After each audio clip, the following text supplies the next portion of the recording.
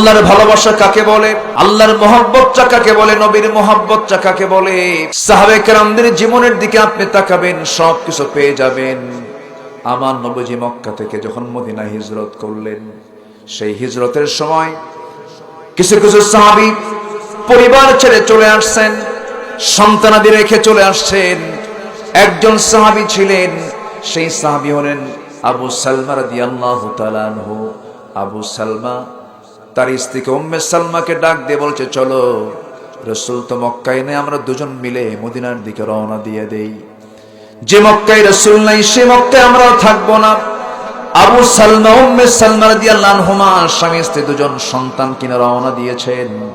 আমার ভাইরা, এমন সময় দেখা গেল উম্মে সালমা তার স্ত্রীর আব্বা আম্মা তাকে জোর করে তার মেয়ে দাবি করে নিয়ে চলে গেল। আবু সালমার একটা ছেলে সন্তান তার নিজের ভাইরা জোর করে নিয়ে চলে গেছে। আবু সালমাকে বলছে, আবু সালমা, তুমি যদি মক্কা ছেড়ে মদিনায় নবীর কাছে চলে যাও, বউকে তোমার হাতে দেব না, সন্তানকে তোমার হাতে দেব না। আবু সালমা বলতেছেন, শোনো, আমার বউকে তোমরা জোর করে নিয়ে গেছো, নিয়ে যাও। আমার সন্তানকে তোমরা জোর করে নিয়ে যাচ্ছ, নিয়ে যাও।